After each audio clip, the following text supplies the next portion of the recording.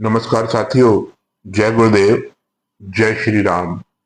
हाजिर हूं मैं आज आपके सामने मिथुन राशि और मिथुन लगन वालों के लिए बहुत अहम वीडियो लेके कि कब होगी मिथुन राशि और मिथुन लगन वालों की शादी, उनकी शादी का योग कब बनेगा, कैसे कैसे ग्रह उनकी कुंडली में आएंगे और क्या ग्रहों की स्थिति होगी जब उनकी शादी होगी। मुझे बहुत आपके कमेंट आ रहे थे कि शादी के योग के ऊपर एक वीडियो बनाया जाए, तो मैं हाजिर हूं आपके सामने आपकी मैरिज के ऊपर वीडियो लेके। ठीक है, बड़े ध्यान से देखिएगा, एक एक सूत्र डिस्कस करूंगा। कब शादी होगी, कैसे होगी, एक एक चीज क्लियर कर दूंगा, स्किप मत कीजिएगा, नहीं तो कोई ना कोई जरूरी सूत्र आपसे छूट सकता है। तो direct come to the point, आइए शुरू करते हैं। ठीक है, और सबसे पहले आपको मैं ये बता दूं कि शादी के लिए जो घर है वो सप्तम भाव देखा जाता है। ये घर शादी का है, पार्टनर का है, पार्टनरशिप का है, आपके लाइफ पार्टनर का है और आपके बिजनेस पार्टनर का भी है, उसको चलो छोड़िए। तो शादी के लिए मिथुन राशि और मिथुन लगन वालों के लिए सप्तम घर के मालिक होते हैं देवगुरु बृहस्पति और धनु राशि। अब देवगुरु बृहस्पति आपके इस घर के मालिक हैं और शादी के वैसे भी जो मालिक हैं, जो कारक ग्रह हैं, वो देवगुरु बृहस्पति ही माने जाते हैं। अब इसमें दो कंडीशंस हैं। लड़कियों की शादी के लिए, बच्चियों की शादी के लिए देवगुरु बृहस्पति कारक माने जाते हैं और लड़कों की शादी के लिए शुक्र देव कारक माने जाते हैं। लेकिन ये नहीं कि बृहस्पति देव लड़कों की शादी के लिए अहम भूमिका नहीं निभाते, लेकिन अगर परसेंटेज देखा जाए तो वो ज्यादा लड़कियों की शादी पे गुरुदेव की जो है परसेंटेज होती है। लेकिन फिर भी लड़कों की शादी पे भी सेम ही इफेक्ट होता है, इतना कम नहीं होता। ठीक है, तो शुक्र जो है वो ज्यादा इफेक्ट करते हैं लड़कों की शादी पे। अब आ जाइए आपके सप्तम भाव का स्वामी। अब मैं आपको बताता हूं कि शादी के लिए कौन कौन से घर अहम भूमिका निभाते हैं। सबसे पहले आपका प्रथम घर अहम भूमिका निभाता है, उसके बाद आपका पांचवा घर अहम भूमिका निभाता है, आपका नवा घर अहम भूमिका निभाता है। ठीक है, ये तीन घर जो हैं वो शादी के लिए आपके अहम भूमिका निभाते हैं। अब हो क्या क्या स्थिति बनती है ग्रहों की जिससे शादी का योग आपका बन जाता है। आप अपनी कुंडली देख सकते हैं कि आपकी शादी का योग अभी शुरू हुआ है या नहीं हुआ। सबसे पहले सप्तम भाव में जो राशि बनी हुई है, उस राशि की महादशा, अंतरदशा या पत्यंतर दशा चल रही हो। जैसे आपके गुरु है, कुंडली में आपके गुरु की महादशा, अंतरदशा या पत्यंतर दशा चल रही होगी तो आपकी शादी का योग बन जाएगा।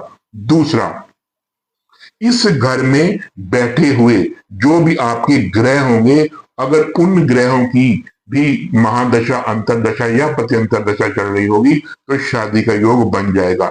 या फिर गुरुदेव की महादशा में इस घर में बैठे हुए ग्रह का अंतरदशा चल रही होगी या पत्यंतर दशा चल रही होगी, तब भी शादी का योग बन जाएगा। और इससे उलट भी हो सकता है कि इस घर में बैठे हुए ग्रह की महादशा चल रही हो और गुरुदेव की अंतरदशा या पत्यंतर दशा चल रही हो, तब भी शादी का योग बन जाता है। पहला तो ये सूत्र हो गया। अब आ जाइए पहले भाव में। अब पहले भाव में भी यही सेम सूत्र लगेगा जो मैंने आपको बता दिया। बुद्ध की महादशा, अंतरदशा या पत्यंतर दशा। ठीक है, और इस घर में बैठे हुए ग्रह की महादशा, अंतरदशा या पत्यंतर दशा, या आपस में दोनों की मिक्स हो जाए, बुद्ध की महादशा या इस घर में बैठे ग्रह की। और सेम कंडीशन इस घर में लगेगी शुक्र के ऊपर। अब ये आप अप्लाई करके देख लीजिएगा। हर बात को डिस्कस करूंगा तो वीडियो लंबा हो सकता है। ठीक है, शुक्र का आप देख लेना, शुक्र की महादशा वाला सिस्टम। फिर भी थोड़ा सा शॉर्ट में बता देता हूँ। शुक्र की महादशा हो, इस घर में बैठे हुए ग्रह की अंतरदशा या पत्यंतर दशा हो, या इस घर में बैठे हुए ग्रह की महादशा हो, शुक्र की अंतरदशा या पत्यंतर दशा हो, तब भी शादी का योग बन जाता है। अब और शादी का योग और कैसे बनेगा, अब मैं आपको बताता हूं। अब अगर आपके बृहस्पति जो है कुंडली में आपके प्रथम भाव में बैठ जाए, मान लो यहां बैठ गए, यहां से सीधी सप्तम दृष्टि आपके इस घर पे जाएगी। ठीक है, इस घर पे जाएगी। अब गुरुदेव की तीन दृष्टियां होती हैं। अब जब गुरुदेव की तीनों दृष्टियों में से अगर एक दृष्टि भी इस घर पे पड़ जाए, जैसे पांचवी, सातवीं या नौवीं इस घर पे पड़ जाए, तो शादी का योग बन जाता है। कब? जब गुरुदेव की महादशा, अंतरदशा या प्रत्यंतर दशा होगी।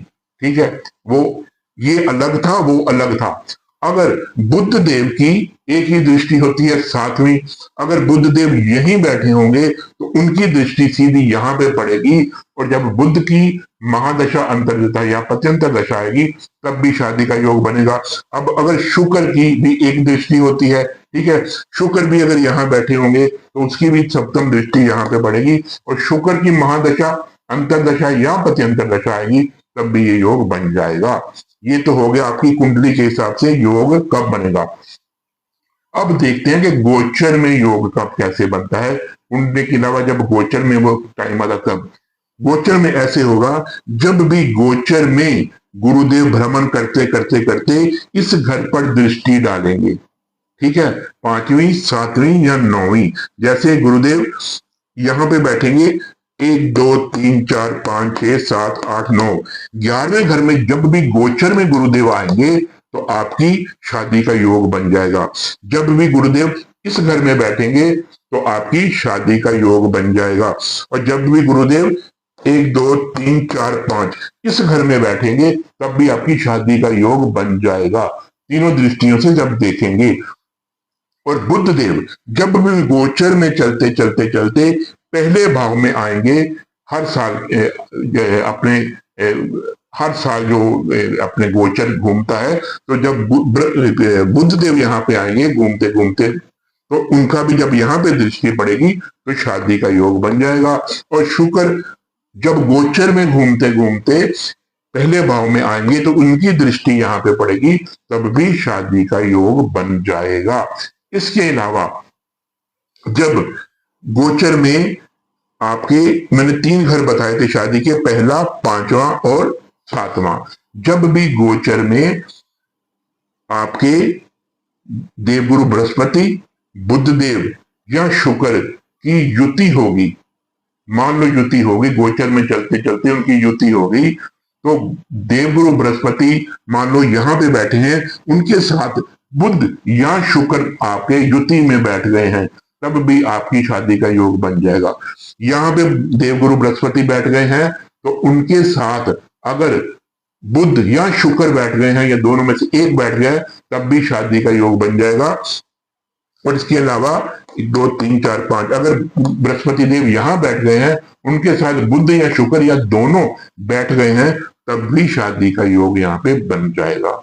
इसके अलावा अगर देवगुरु बृहस्पति आपके गोचर में फिर चलते चलते इसी घर में आ जाए, ठीक है, सप्तम भाव में ही आके बैठ जाए, तब भी शादी का योग बनेगा। अगर गोचर में चलते चलते बुद्ध देव यहाँ पे आके बैठ जाए तब भी शादी का योग बन जाएगा। अगर गोचर में चलते चलते शुक्र देव यहाँ पे आके बैठ जाए तब भी शादी का योग बन जाएगा आपका, ठीक है। और इसके अलावा एक सूत्र मैं आपको एक और यहाँ पे इंक्लूड कर देना चाहता हूं कि ये 3 को आपकी कुंडली में 3 ग्रह शादी के कारक हैं, बुध, गुरु और शुक्र, ठीक है। और ये आपको जब भी इनका आपस में युति संबंध होगा, दृष्टि संबंध होगा, सप्तम भाव से रिलेशन बनेगा, 7वें भाव से रिलेशन बनेगा, वो शादी का योग बन जाएगा। ये पहले भाव से मैंने क्यों बताया, क्योंकि पहला भाव क्या है, आप खुद हैं, आप स्वयं है, आपका शरीर है, आपकी बॉडी है, तो शादी तो आपकी होनी है ना। जब भी पहले भाव का संबंध आपके विवाह के भाव से बनेगा तो आपकी शादी का योग बन जाएगा, ठीक है। ये पंचम भाव है आपके प्रेम का, आपके रिश्तों का, आपके साथ आपके लाइफ पार्टनर के संबंधों का, आपकी इच्छाओं का, ठीक है। अब इस भाव का संबंध भी जब इस भाव से बनेगा तब भी ये जो है शादी का योग बन जाता है। तो ये मैंने आपको शॉर्ट में बताने की कोशिश की है कि मिथुन राशि और मिथुन लग्न वालों के लिए शादी का योग कब और कैसे बनता है। वैसे इस टॉपिक में वो चीज इंक्लूड नहीं होती, लेकिन इसके साथ मैच कर रही है, तो मैं एक सूत्र आपको यहाँ पे अलग से दे रहा हूं कई भाई बहनों की शादी लेट हो रही है, उनकी शादी नहीं हो रही, वो भी मुझसे पूछते हैं कि वो शादी कब हमारी क्यों नहीं हो रही है, कब होगी। एक सूत्र इंक्लूड कर लीजिए, बहुत जरूरी है। शादी मिथुन राशि वालों की लेट कब होती है, डिले कब हो जाती है, कैसे, एक सूत्र दूंगा उसमें आप समझ जाएंगे। जब भी शनि देव की दृष्टि आपके इस भाव में पड़ेगी तो आपकी शादी डिले होगी ही होगी। मान लीजिए शनि देव आपके यहां बैठे हैं, पंचम भाव में आपके शनिदेव बैठे हैं, तो तीसरी दृष्टि से आपके सातवें घर को देखेंगे तो आपकी शादी डिले होगी, लेट होगी। आपके शनिदेव यहां बैठे हैं पहले घर में, सप्तम भाव से देखेंगे तो आपकी शादी लेट होगी, डिले होगी, ठीक है। और आपके शनिदेव दसम भाव में बैठे हैं, तो दसम भाव से तो 1 2 3 4 5 6 7 8 9 10, 10वीं दृष्टि आपके सप्तम भाव पे जाएगी, तब भी शादी आपकी डिले होगी। तो ये था डिले का सूत्र, और शादी होने के सूत्र मैंने आपको पहले ही बता दिए हैं। आशा है कि आपको इस छोटे से सिंपल वीडियो में बहुत सी बात क्लियर हो गई होगी। फिर भी आपका कोई कमेंट है, कोई सुझाव है, मुझे कमेंट बॉक्स में आप पूछ सकते हैं। कृपया मेरे चैनल को लाइक कीजिए, सब्सक्राइब कीजिए, और इसके अलावा अगर आप मुझसे ज्योतिष सीखना चाहते हैं और इसके अलावा या आपका कोई और क्वेश्चन है तो मेरे व्हाट्सएप चैनल नंबर पे 8968166894 पर आप कांटेक्ट कर सकते हैं, मैसेज छोड़ सकते हैं।